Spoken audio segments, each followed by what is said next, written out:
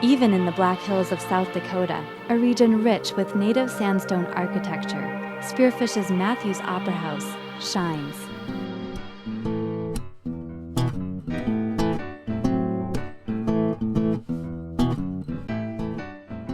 Maybe that's because it remains vibrant with artistic life, or maybe because Spearfish people accomplished something rare here, keeping a theater intact and functioning as a theater for a full century. The Opera House owes its existence to Thomas N. Matthews, a Texas cattleman who drove a herd north to Wyoming, established a horse and cattle ranch there, and built a home in Spearfish. In 1900, he and his son, Thomas W. Matthews, began building a magnificent sandstone business building on Spearfish's main street. 6 years later, the Matthews contracted with Bartlett and Phillips, architects and builders of Lead, to expand the building. The expansion called for an opera house on the second floor, a placement not uncommon in 1906. The Twin Cities Scenic Company of Minneapolis supplied prefab murals, tin pillars, and other decorative effects. The auditorium, complete with incandescent lights, captured the Black Hills' attention immediately. The Queen City Mail reported. The proscenium arch is a delicate, though massive piece of work, surmounted by a sounding board on which are paintings of three of the world's greatest tragedians, Shakespeare, Booth, and Jefferson. Those paintings alone cost $200. On either side of the stage are boxes, 4 in all. The Queen City Mail newspaper, October 31st, 1906. The Opera House opened in December 1906 with a touring production titled The Lion and the Mouse. The local college band played there in early 1907. And Catholics came for Mass every Sunday until St. Joseph Church opened in late 1907. Other local uses for the Opera House included dances and basketball games on the flat, hardwood auditorium floor. Still, this was a theater built to attract top professional entertainers, and it succeeded. The Ruth Craven Opera Company, a national touring troupe, appeared February 22, 1907. 2 weeks later, the Portrait of Shakespeare looked upon a touring production of Romeo and Juliet, featuring Emily Lefebvre as Juliet. I think sometimes people believe because Matthews Opera House was so remote that probably national entertainers didn't perform here. But the nature of entertainment before broadcasting was they went everywhere. They went and they found their audiences everywhere. And they certainly came to Spearfish like many other small towns across the country.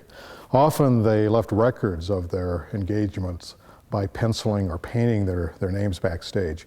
So we have, for example, a record of the Weldons playing here. And the Weldons were known for mixing comedy and mysticism, magic acts of the Far East, including the classic India rope trick and mind reading.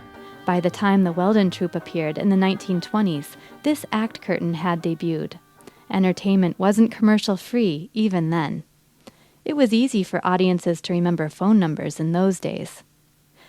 James O'Neill leased the Opera House through the 1920s, renamed it the Princess Theater, and made silent movies the main draw.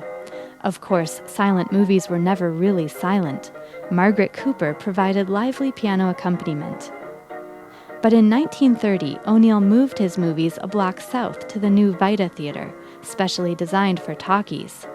Across town, on the Black Hills Teachers College campus, a new auditorium boasted double the seats Matthews had for plays and concerts. The Opera House, just 24 years old, felt a bit passé. When Spearfish became a training base for World War II aviators, long tables were set up in the Opera House for folding parachutes. The theater sometimes doubled as an indoor shooting range, as evidenced by pockmarks still visible. Still, it was never entirely abandoned by those who loved the performing arts. Johanna Meyer, who would later win acclaim as an international opera singer, remembers lessons in the Opera House. There was a brother and sister team of dance teachers, Don and Betty Jean Crosby. They had the Crosby School of Dance. And I think they traveled around the various towns in the Black Hills and had one day in each town. They had a day in Spearfish and a day in Deadwood. And so I began taking ballet lessons here in the Opera House. It was very dim and dusty and dirty and full of old stored furniture and boxes, as I remember. But Betty Jean Crosby had put up a ballet exercise bar, and there was open floor space, and so that was what we used for our ballet lessons. But it was in the 1950s that audiences returned in big numbers for 2 summers of melodramas. I, as I told you, got to be either the nerd with freckles on my face and go, duh, or else I got to be the vamp, you know, and going, a lot of hip wiggling, etc. We had fun. It was a lot of fun. I was looking at some of the old programs that Lori Veldy gave me, and she, it has in there, you know, we encourage the throwing of peanuts. And you know, some people could really throw peanuts. They hurt. In 1966, Black Hills State College faculty members Daryl Woolwine and Charlotte Forsberg led a massive building cleanup and repair effort and established the Summer Stagecoach Theater Company, open to college and community actors. 6 performances of the first play, Everybody Loves Opal, drew more than 1,000 people. Matthews Opera House was back in the Black Hills consciousness.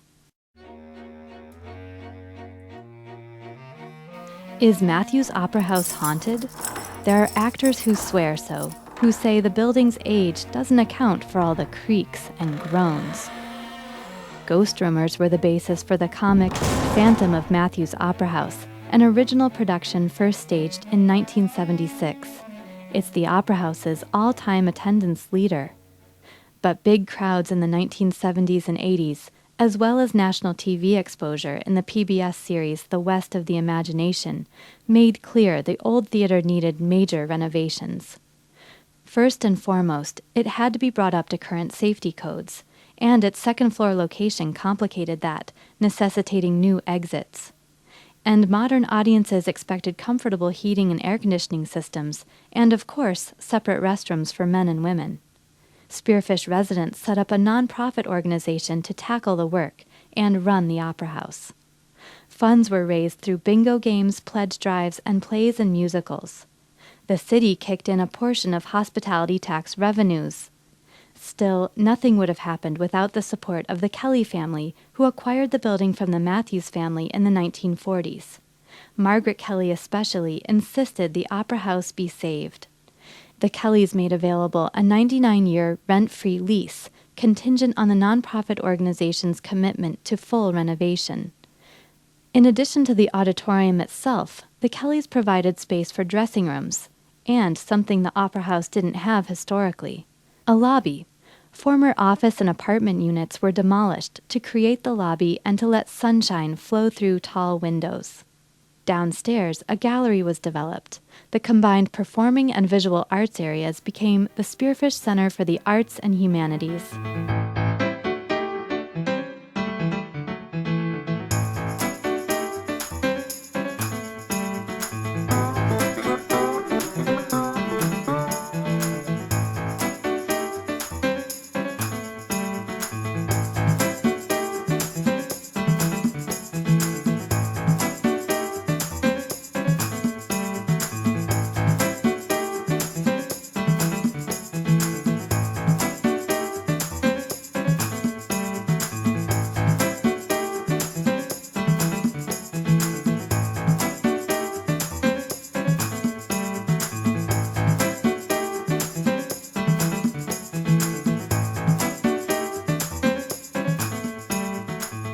Actress Diane Baker, Wizard of Oz munchkin Margaret Pellegrini, Broadway playwright and lyricist Bill Russell.